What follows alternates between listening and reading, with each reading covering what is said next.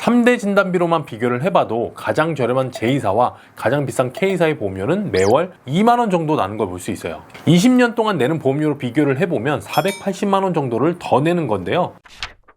안녕하세요. 보험을 쉽고 깊게 알려드리는 헤이보험 윤프로입니다. 오늘은 20대, 30대 분들 보험가입과 관련된 내용을 준비해봤는데요. 사실 보험가는 거리가 좀 멀어 보이는 연령대기는 합니다. 아직 젊은 나이다 보니까 크게 아프거나 다치거나 이런 걸로 보험 혜택을 받을 일은 그닥 많지 않아 보여서 굳이 내가 보험을 이라고 생각하시는 분들이 많은 것 같아요. 근데 반대로 남들보다 좀 더 발빠르게 준비하시는 분들도 실제로 꽤 많았는데요. 미리 한 살이라도 젊을 때 준비를 해놓는 거죠. 왜냐면 지금이 보험료가 제일 쌀 때니까요. 그리고 20대, 30대 분들은 청년보험이라는 걸 가입할 수 있어서 일반 성인보험보다 좀 더 저렴하게 준비할 수 있습니다. 가성비를 중요하게 생각한다면 한 살이라도 더 먼저 그리고 청년보험으로 준비하는 게 좋습니다. 근데 아무래도 보험이라는 게 익숙하지 않다 보니까 아무리 청년보험으로 싸게 가입한다고 해도 잘못된 보험을 가입해서 오히려 손해가 발생하시는 분들도 실제 경험상 꽤 많았는데요. 한번 선택하면 20년 이상 장기간 묶이게 되기 때문에 아주 신중한 선택이 필요한데 근데 보험은 좀 어렵습니다. 그렇다고 보험 설계사가 아닌 여러분들께서 머리 싸매고 공부를 할 수도 없겠죠. 그래서 오늘은 헤이보험이 생각하는 20대, 30대 분들에게 보험가입과 관련한 내용을 아주 쉽고 깊게 정리해봤는데요. 새롭게 보험을 알아보고 계신 분들이나 기존에 가입하고 있는 보험을 점검해보고 싶으신 분들도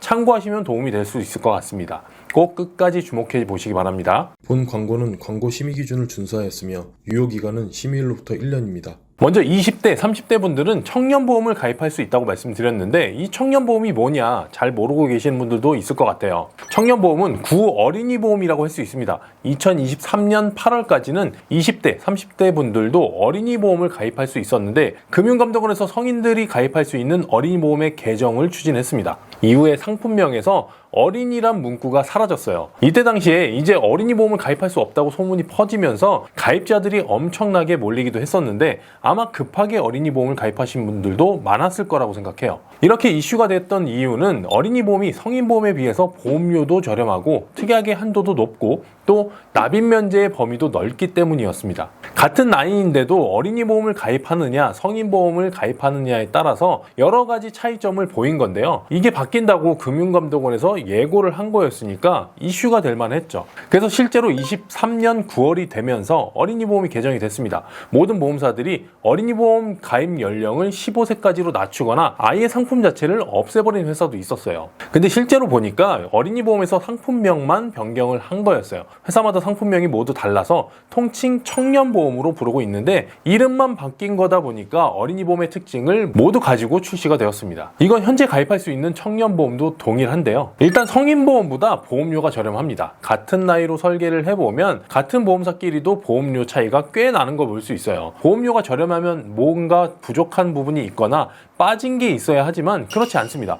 거의 모든 특약 구성은 동일하고 오히려 납입 면제의 범위가 더 넓어서 장점이 더 크다고 할 수 있어요. 기본적으로 성인보험의 납입 면제는 암, 뇌졸중, 급성심근경색을 포함합니다. 근데 청년보험은 이보다 보장 범위가 넓은 뇌혈관 질환, 허혈성 심장 질환을 포함하는데요. 이 보장 범위에 대해서 잘 모르시는 분들은 잠시 후에 더 자세히 말씀을 드리고요. 아무튼 여러 가지 장점이 있기 때문에 20대, 30대 분들은 꼭 청년보험을 추천드립니다. 그리고 최근에는 일부 보험사에서 청년보험 가입 연령을 40세로 늘렸어요. 현재 9월 기준으로는 84년 3월생 분들까지 가능한 건데요. 그래서 20세부터 40세까지 모든 연령은 청년보험을 준비하시는 게 좋습니다. 그럼 청년보험은 어떻게 준비하는 게 좋은 건가? 본격적으로 자세한 내용 확인해 볼 건데요. 보험 가입에는 우선순위를 설정하는 게 중요합니다. 중요도에 따라서 먼저 가입을 해야 하는 보험을 선정하고 그 순서대로 나에게 필요한 순위까지만 준비를 하는 건데요. 1순위로 준비해야 하는 보험을 가입했고 나는 2순위, 3순위는 필요 없는 것 같다라고 생각하시면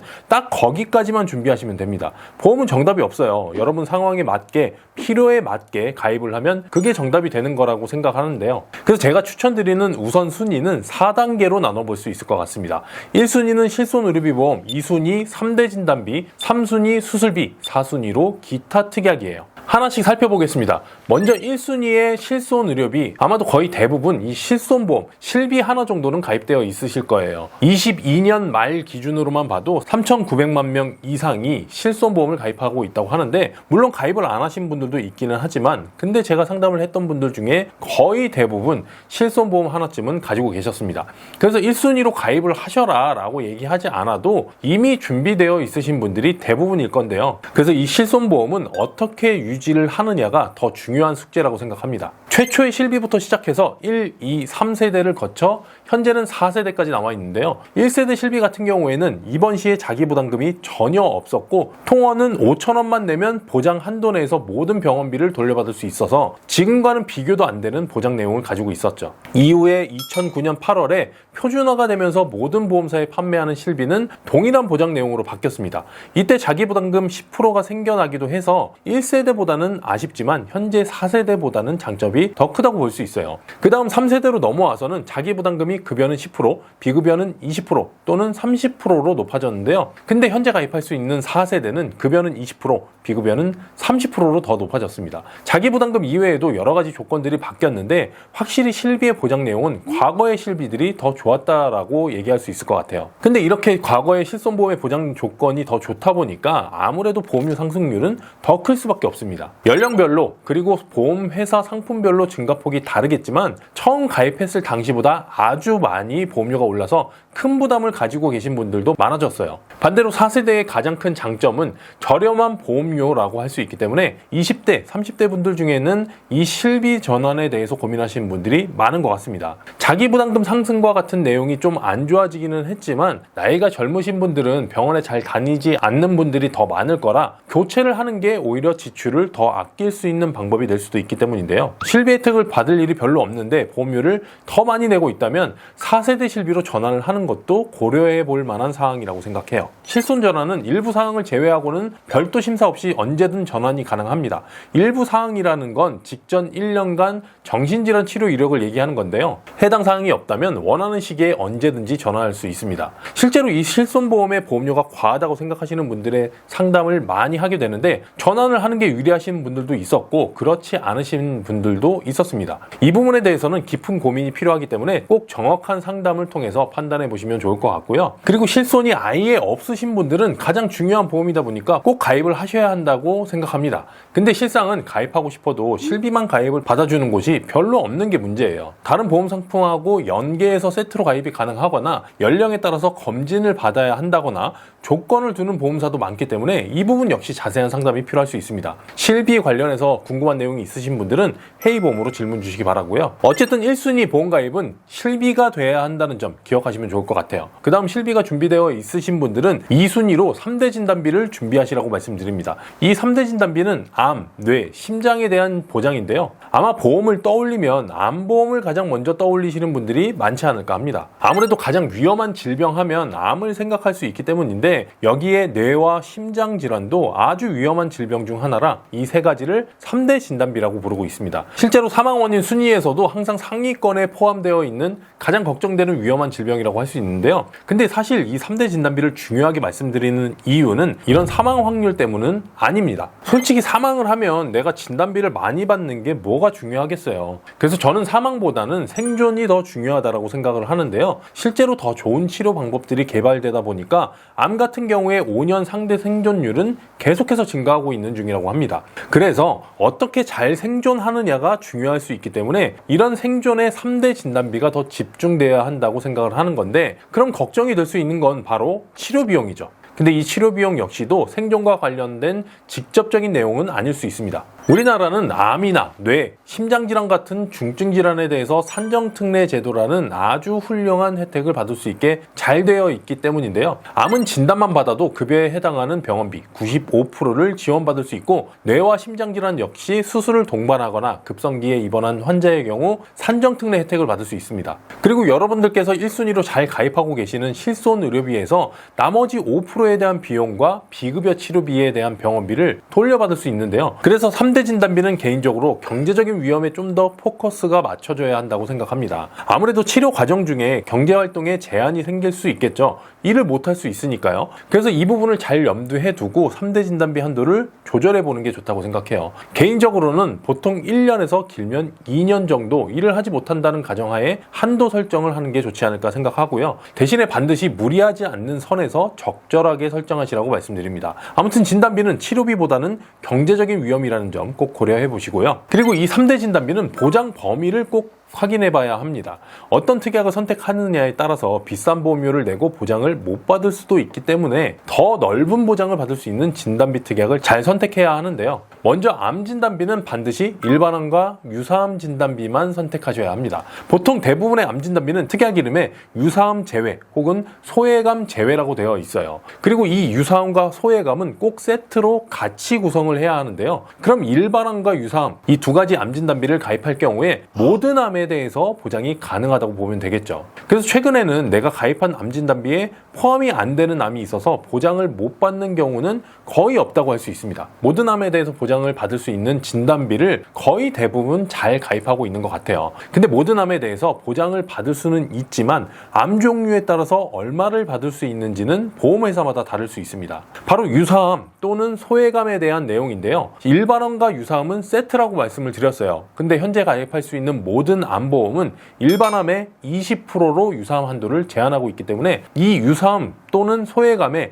어떤 암이 포함되어 있는지가 중요할 수 있는 거예요. 유사암, 소외감에는 갑상선암, 기타 피부암, 경계성 종양, 제자리암 이 네 가지가 포함되어 있는 보험이 기본입니다. 근데 일부 보험사들은 대장전막내암을 유사암 또는 소외감으로 분류하고 있어요. 또 어떤 암보험들은 그 외에 다른 암을 유사암이나 소외감에 포함하고 있는데 그럼 대장전막내암에 대한 진단금을 일반암의 20%만 보장받을 수 있는 거라서 이 부분을 파악하는 게 최근에는 아주 중요한 포인트가 되었습니다. 내가 암진단비로 5천만 원을 가입하고 있는데 대장전막내암에 걸렸어요. 그럼 20%인 1,000만 원만 보장을 받을 수 있는 건데요. 만약에 일반암에 이 대장전막내암이 포함되어 있는 암보험을 가입했다면 5천만 원을 온전히 모두 보장받을 수 있습니다. 물론 대장전막내암이라는 암은 코드명에 따라서 유사암에 있는 제자리암으로 분류되기도 합니다만 우린 어떤 암에 걸릴지 알 수 없습니다. 그럼 보장은 좀 더 넓혀야 하겠죠. 특히 생명보험사 중에 이렇게 소외감의 종류를 늘린 보험사들이 많은데요. 보시는 것처럼 일반암에서 유방암이나 전립선암을 제외하는 상품들도 있기 때문에 주의가 필요합니다. 만약에 여러분들께서 가입하고 있는 보험 또는 지금 제한을 받고 가입을 고민하고 있는 보험이 있다면 꼭 유사암 또는 소외감에 포함되어 있는 암 종류를 확인해 보시라고 말씀드려요. 그 다음 뇌에 대한 보장을 살펴보면 역시 여러 가지 종류의 진단비를 확인할 수 있습니다. 당연히 보장 범위가 가장 넓은 진단비를 선택해야겠죠. 그래서 꼭 뇌혈관 진단비를 선택하시라고 말씀드리는데요. 뇌혈관 질환 진단비에는 I60부터 I62까지 분류되는 뇌출혈과 I63, I65, I66이 포함되는 뇌졸중이 모두 포함되어 있습니다. 그리고 뇌졸중 진단비나 뇌출혈 진단비에서는 포함되지 않는 I64, I67, I68, I69까지 더 넓은 범위의 뇌질환 코드를 포함하고 있는데요. 그래서 너무 당연하게도 가장 보장 범위가 넓은 뇌혈관 질환 진단비는 필수라고 말씀드립니다. 근데 일부에서는 뇌졸중 진단비만 가입을 해도 된다라고 하시는 분들이 있어요. 뇌졸중에는 확률이 가장 높은 뇌경색이 포함되어 있고 그리고 더 위험한 뇌출혈까지 보장이 가능하니까 보험료가 더 저렴한 뇌졸중만으로도 충분하다라는 주장인데요. 근데 저는 이 의견에 반대합니다. 뇌졸중 진단비와 뇌혈관 진단비의 보험료 차이가 그렇게 크지 않기 때문에 보다 보장 범위가 넓은 뇌혈관 질환을 준비하는 게 더 낫다고 말씀을 드리고 싶은데요. 보험사마다 차이가 있기는 하지만 차이가 엄청나게 커 보이지는 않습니다. 특히 보험료가 가장 저렴한 제2사 같은 경우는 몇백 원 수준의 보험료 차이가 나기 때문에 굳이 보장이 좁은 뇌졸중을 선택할 이유가 없어 보이는데요. 물론 일부 보험사 중에는 거의 2배 정도의 보험료 차이를 보이는 곳도 있기는 합니다.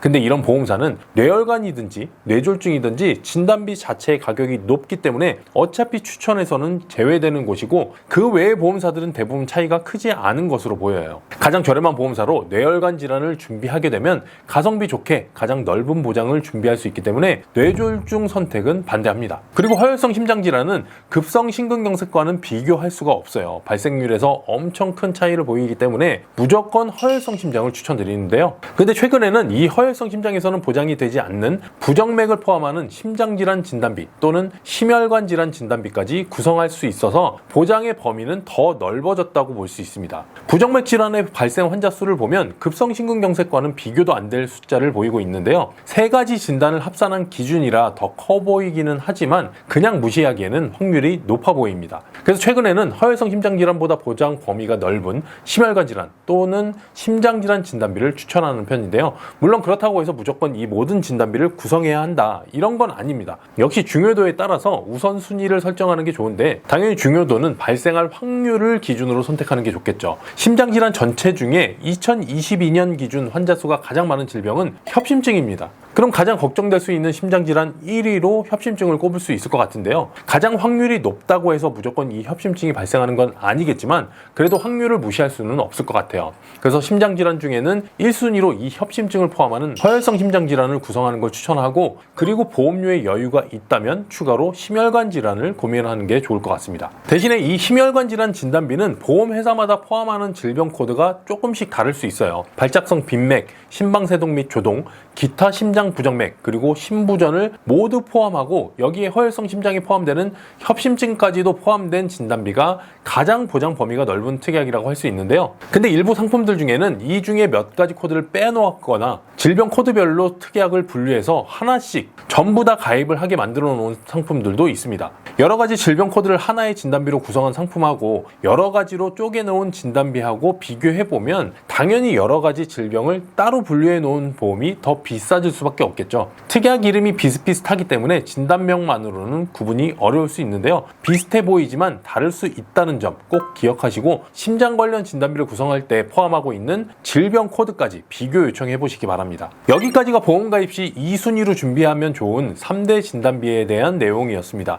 1순위 실비에 가장 위험한 질병에 대한 보장인 3대 진단비까지만 구성을 해도 나쁘지 않습니다. 그래서 1순위, 2순위만 준비했는데 더 이상 보험료를 추가하고 싶지 않다라고 한다면 여기까지만 준비를 해도 좋은데요. 근데 사실 이렇게 위험한 질병은 발생하게 되면 치명적일 수는 있지만 확률적으로 보면 20대, 30대 분들에게는 크게 와닿지 않을 수 있습니다. 물론 절대 발생하지 않는다라고 얘기할 수는 없지만 상대적으로 40대 이상, 50대, 60대에 비해서는 낮을 수밖에 없겠죠. 그래서 그보다 확률이 높을 수 있는 생활질환으로 인한 수술을 어느 정도 대비해 두는 것도 20대, 30대 보험 가입에서는 중요하다고 생각합니다. 1순위 실비, 2순위 3대 진단비를 어느 정도 구성했다면 다음 3순위로는 이 수술비 보험을 추천하는데요. 대신 3대 진단비보다 훨씬 더 많은 특약으로 구분이 되어 있어서 선택의 신중이 필요합니다. 앞에서 설명드린 암 진단비와 같이 특정 부위 혹은 특정한 수술 행위만을 보장하는 특약보다는 모든 수술을 보장하는 포괄적인 특약을 추천하는데요. 대표적으로 딱 세 가지 수술비만 기억하시면 됩니다. 질병 수술비, 질병 1호종 수술비, 앞에 숫자가 붙어있는 엔대질병 수술비예요. 물론 이 세 가지도 모두 구성하는 걸 추천하지는 않고 보험료에 맞춰서 우선순위대로 선택하시라고 말씀을 드리는데요. 질병 1호종 수술비가 1순위, 그 다음 2순위로는 엔대질병 수술비, 그 다음 3순위 질병 수술비 순으로 여러분들의 예산에 맞춰서 선택하시면 됩니다. 하나씩 어떤 보장을 가지고 있는지 확인을 해보면 먼저 수술비 보험으로는 1순위 가장 추천드리는 1, 5종 수술비입니다. 수술의 종류를 1종부터 5종까지 나누고 있는 수술비 특약인데요. 약관에 명시되어 있는 수술 분류표를 기준으로 수술을 보장하는데 수술의 위험도에 따라서 종을 나누고 있다고 보면 좋을 것 같아요. 당연히 1종보다 2종, 3종, 4종, 5종이 더 위험한 수술을 포함하고 있겠죠. 보장을 받을 수 있는 수술비에도 차이가 있는데요. 보통 1종은 20에서 30만원, 2종은 30에서 50만원, 3종은 100만원에서 200만원, 4종은 200만원에서 1000만원, 5종은 500만원에서 2천만원까지 설정할 수 있습니다.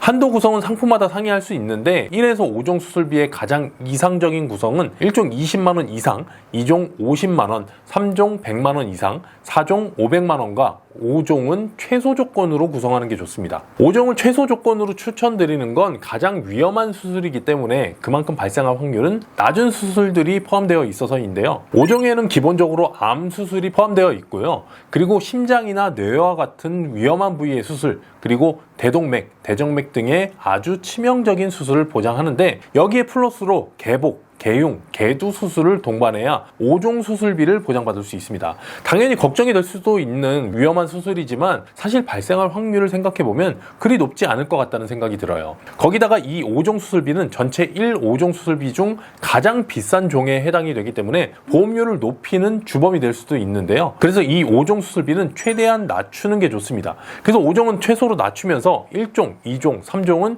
최대로 높일 수 있고, 그리고 더 중요한 보험료는 저렴한 상품이 가성비가 가장 좋은 수술비 보험이라고 생각하시면 되는데요. 주요 수술 환자 추이에서 상위에 속해 있는 대부분의 수술들은 모두 1종부터 3종에 분포되어 있습니다.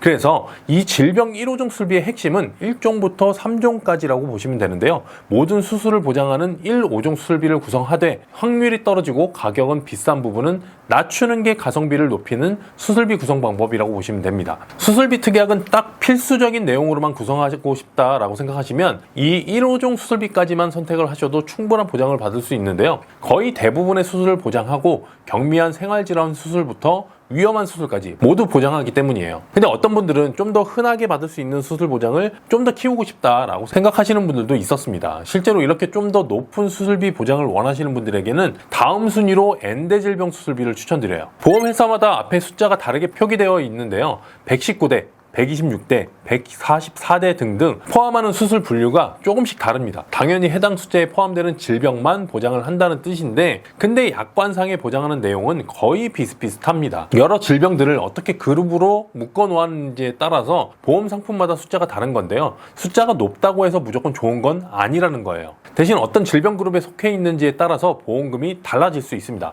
이 부분이 1, 5종 수술비와 다른 건데요. 1, 5종 수술비는 수술 방법에 따라서 종을 구분하고 보장 금액이 달라지는 특약이라고 말씀드렸습니다. 그래서 같은 질병이라고 해도 어떤 수술을 받았는지에 따라서 보장을 크게 받을 수도 있고 적게 받을 수도 있어요. 이 수술 방법을 보험회사들은 관열 수술, 비관열 수술이라고 나누고 있는데, 관열 수술은 피부를 직접 절개하는 개복술, 개두술, 개흉술을 얘기하는 거고, 비관열 수술은 내시경 수술 같은 비절개 수술을 말하는 거예요. 그래서 이 수술 방법에 따른 종 분류는 1, 5종 수술비의 단점이기도 합니다. 근데 엔대질병 수술비는 수술 방법이 아니라 질병 분류에 따라서 보장을 나누고 있어요. 그럼 어떻게 보면 1, 5종 수술비의 단점을 보완한다고 할 수 있겠죠. 대표적으로는 뇌질환이나 심장질환 수술을 비교해 볼 수 있는데, 머리를 열거나 가슴을 여는 아주 위험한 수술보다는 비관열적 방법으로 스텐트 삽입 수술을 받는 경우가 많습니다. 주요 수술 환자 추이에서 상위권에 이 스텐트 삽입 수술이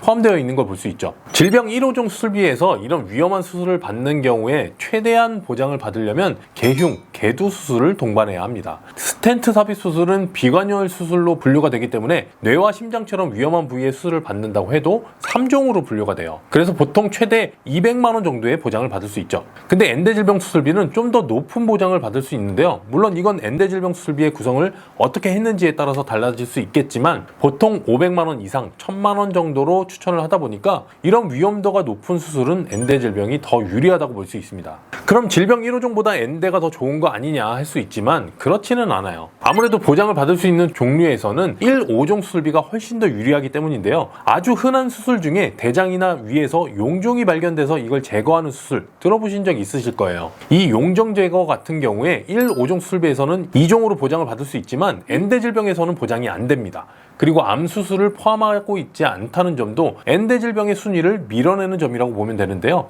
그래서 우선순위는 1, 5종 수술비가 더 높고 좀 더 수술비를 보강하고 싶은 분들에게만 엔대질병 수술비를 추천합니다. 엔대 수술의 심이라고 할 수 있는 뇌와 심장 수술은 저렴한 보험료로 따로 또 추가를 할 수 있으니까 다른 대안이 충분히 있지만 1, 5종 수술비에 대한 대안은 사실 없다고 할 수 있을 것 같아요. 아무튼 1순위는 1호종 수술비, 2순위는 엔대질병 기억하시고요. 저는 수술비는 이 두 가지 정도면 충분하다고 생각합니다. 3순위로 질병 수술비를 구성할 수 있지만 가성비는 좀 떨어지는 편이에요. 질병 수술비는 포괄주의 보장 범위를 보이는 특약이라 약관에서 규정된 보장하지 않는 부분을 제외하고 모든 보장을 받을 수 있기 때문에 범위 면에서는 가장 넓다고 할 수 있습니다. 근데 보상 한도가 낮아요. 일부 보험사는 100만 원, 200만 원을 보장하기도 하지만 보통은 최대 50만 원 정도 선에서만 가입이 가능하고 대신에 보험료는 아주 비싼 편이에요. 어떤 수술이든 최대 50만 원만 보장을 받는 거라서 1, 5종 수술비나 엔대 질병 수술비와 가성비 면에서 비교가 될 수밖에 없는데요. 가성비가 떨어지는 질병 수술비보다는 1, 5종 수술비, 엔대 질병 수술비 정도만 구성하는 걸 더 추천드리고요. 그래도 나는 좀 더 수술에 대한 보장을 받고 싶다라고 생각하시는 분들만 보험료를 잘 비교해보고 판단해 보시는 게 좋을 것 같습니다. 여기까지 추천드리는 3순위 특약이었습니다. 3순위까지는 쉽게 생각해서 나는 3대 진단비로 원하느냐 아니면 수술비를 포함하는 종합형 설계를 원하느냐 이렇게 보면 될 것 같아요. 사실 보험이라는 게 보장을 받는 내용은 진단 아니면 수술 이게 거의 대부분이거든요. 요즘은 이번 특약이나 이런 가성비가 떨어지는 특약은 추천하지 않기 때문에 이 3순위까지 넘어오느냐 마느냐 이 부분을 잘 고민해 보시면 좋을 것 같고요. 지금부터 말씀드리는 4순위는 보험료가 그렇게 비싸지 않기 때문에 웬만하면 3대 진단비든 종합형이든 구성하는 게 좋다고 보시면 될 것 같습니다. 가성비가 좋은 특약 첫 번째는 가족 일상생활 중 배상 책임이에요. 이 특약은 가입하고 있지 않으신 분들은 웬만하면 구성하는 걸 추천합니다. 우리가 살면서 어떤 위험이 발생할지는 알 수가 없어요. 지금까지 말씀드린 질병이나 상해나 이런 부분들도 걱정이 되지만 예기치 않은 사고로 인해서 물질적인 손해가 발생하는 것들도 걱정이 될 수 있을 것 같아요. 이런 우연한 사고가 발생해서 타인의 재물 또는 신체에 피해를 줬을 경우에 1억 원 한도로 법률상 배상 책임을 보장하는 특약이 바로 가족 일상생활 중 배상 책임인데요. 길을 걷다가 누군가와 부딪혔는데 이 사람이 가지고 있던 고가의 노트북이 파손이 됐어요. 아니면 그 누군가가 넘어져서 허리를 크게 다쳤어요. 이런 일이 발생하게 되면 수리비나 병원비는 물론이고 그 외에 발생할 수 있는 모든 비용들을 내가 모두 보상해야 할 수 있습니다. 경우에 따라서 큰 비용을 지출해야 할 수 있기 때문에 정말 우연하게도 나에게 큰 위험이 닥칠 수 있는 부분에 대해서 가족 일상생활 배상 책임으로 해결할 수 있는 건데요. 신체에 발생한 사고에 대해서는 자기부담금 없이 보장이 가능하고 일반 대물인 경우 20만 원, 내 집이 누수가 돼서 다른 집에 피해를 줬을 경우에는 50만 원의 자기부담금이 발생할 수 있습니다. 이렇게 우연한 사고가 발생했을 때 가족일배책이 있다면 큰 도움이 될 수 있기 때문에 저는 꼭 추천드리는 특약 중 하나예요. 대신에 현재는 모든 보험사가 갱신형이라 갱신 시점에 따라서 보험료가 상승할 수 있습니다. 그래도 현재 기준으로는 보험료가 비싸지 않은 편이고 또 갱신 시점에는 미리 보험회사가 얼마가 오를지 안내하기 때문에 이 부분을 잘 염두에 두고 가입한다면 아주 큰 도움이 될 수 있는 특약이라고 생각해요. 꼭 반드시 구성하길 바라고요. 그리고 그 외에 보험료는 아주 저렴한 데 비해서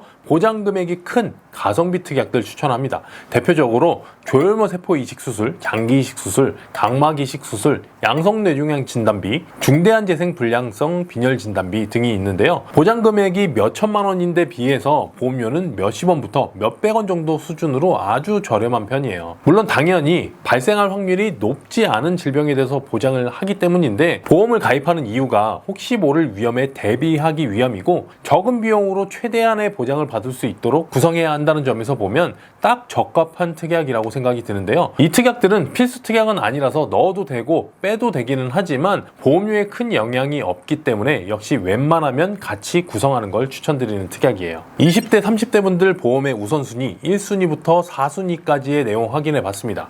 1순위 실비보험, 2순위 3대 진단비, 3순위 수술비보험, 4순위 기타 특약이었는데요. 근데 이렇게 우선순위대로만 가입을 한다고 해서 모든 보험을 다 가성비 좋게 효율적이게 가입할 수는 없습니다. 우선순위만큼 중요한 좋은 보험의 기준은 바로 가격인데요. 똑같이 우선순위를 설정하고 나에게 맞는 꼭 필요한 특약으로 구성을 했다고 해도 비싼 보험사를 선택했다면 모든 게 물거품이 될 수 있습니다. 얼마나 차이가 나겠나라고 생각하실 수 있지만 이게 생각보다 차이가 큽니다. 30세 남자, 20년 납 90세 만기 기준으로 3대 진단비로만 비교를 해봐도 가장 저렴한 J사와 가장 비싼 K사의 보험료는 매월 2만 원 정도 나는 걸 볼 수 있어요. 20년 동안 내는 보험료로 비교를 해보면 480만 원 정도를 더 내는 건데요. 극단적으로 가장 비싼 보험사와 가장 저렴한 보험사를 비교해서 큰 차이가 나기는 하지만 다른 상품들도 적게는 매월 몇천 원에서 만 원 이상까지 차이를 보이고 있습니다. 여기에 수술비를 추가하거나 진단비 한도를 높이게 되면 보험료 차이는 훨씬 더 커질 수 있겠죠. 그래서 나에게 맞는 구성을 준비하는 것도 중요하지만 사실 가장 중요한 건 어떤 보험 상품이 가장 저렴한지를 확인하는 거라고 생각해요. 사실 오늘 말씀드린 어떤 특약을 가입해야 하는지와 같은 내용들은 조금만 찾아보면 비슷한 의견을 많이 접할 수 있습니다. 근데 가장 저렴한 보험사가 어디인지는 어떻게 정밀하게 비교를 했느냐에 따라서 다를 수 있고 그리고 매월 상품 계정으로 순위가 바뀔 수 있기 때문에 좀 더 시간을 들여서 살펴봐야 하는데요. 또 최근에는 건강고지 할인형 보험이 출시가 돼서 할인 유형에 해당하시는 분들은 또 추천이 달라질 수도 있습니다. 20대, 30대 젊으신 분들은 입원이나 수술 이력이 없거나 적을 가능성이 높기 때문에 할인 적용을 받으시는 분들이 경험상 아주 많았는데요. 가장 중요한 보험료를 남들보다 더 저렴하게 가입할 수 있는 여러 체크 사항들이 있기 때문에 더욱더 꼼꼼한 비교는 필수인 것 같습니다. 어느 보험사가 현재 기준으로 가장 저렴한지에 대한 비교는 제가 따로 다른 영상에서 아주 자세히 말씀을 드릴 테니까 꼭 참고해서 보시면 좋을 것 같고요. 오늘 준비한 영상은 여기까지입니다. 긴 영상 시청해 주셔서 대단히 감사드리고요. 오늘 영상이 여러분들에게 꼭 도움이 되었으면 하는 바람이에요. 다음번에는 더 깊고 쉬운 내용으로 찾아뵙도록 하겠습니다. 지금까지 헤이보험 윤프로였고요. 오늘도 행복하고 건강한 하루 보내시길 바랍니다. 감사합니다. 본 광고는 광고 심의 기준을 준수하였으며 유효기간은 심의일로부터 1년입니다.